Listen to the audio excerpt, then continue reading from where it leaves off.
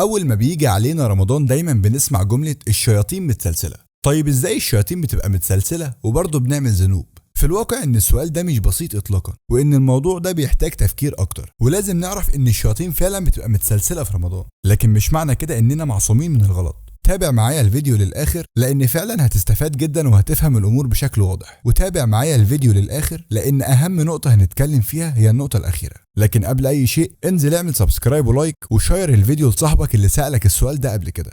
أول نقطة هنتكلم فيها هي إن زي ما قلنا إن الشياطين بتبقى متسلسلة، لكن الشياطين الكبيرة بس. طيب إزاي بقى الكلام ده؟ هقول لك أنا. الشياطين بنقسمهم لقسمين، قسم الشياطين الكبار وقسم الشياطين الصغيرين. فأول الشياطين الكبار ما بيتحبسوا وندخل على رمضان بتلاقي وبتلاحظ إن الناس بدأت ترجع للمساجد من جديد. هتقولي بس برضه برغم كده برضه بنعمل ذنوب.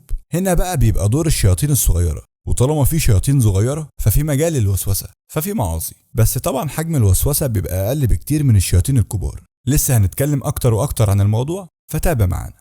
تاني نقطة هنتكلم فيها وهي العادات والتقاليد، لأنها دايما مش بتخدمنا أو تكون في صالحنا. يعني ممكن نلاقي نفسنا في مواقف بتوقعنا في معاصي من غير ما نحس. مثلا في رمضان ساعات بنبقى مشغولين بالأكل أو بالتجمعات العائلية وبننسى نركز في العبادة أصلا، وبنكتشف إن احنا ضيعنا وقت كبير من الشهر في حاجات غير العبادة.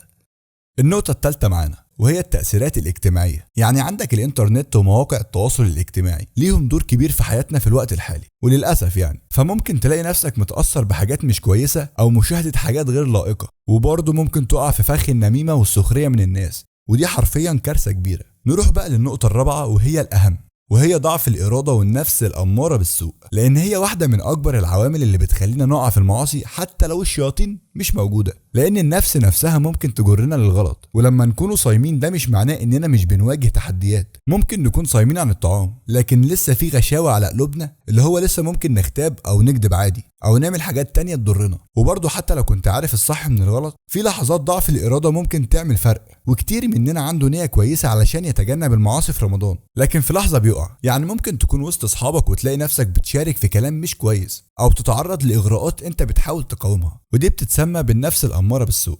وفي النهاية لازم نحترم نفسنا شوية ونركز في علاقتنا مع ربنا، ونركز على تقوية إرادتنا، ونبعد عن أي عادات سيئة فاتت، لأن فعلا أكتر حد خسران في الدنيا اللي رمضان يجي عليه وما يستغلهوش أحسن استغلال ويطلع منه أقرب لربنا. رمضان فرصة لتطهير النفس، اوعوا تضيعوا الفرصة.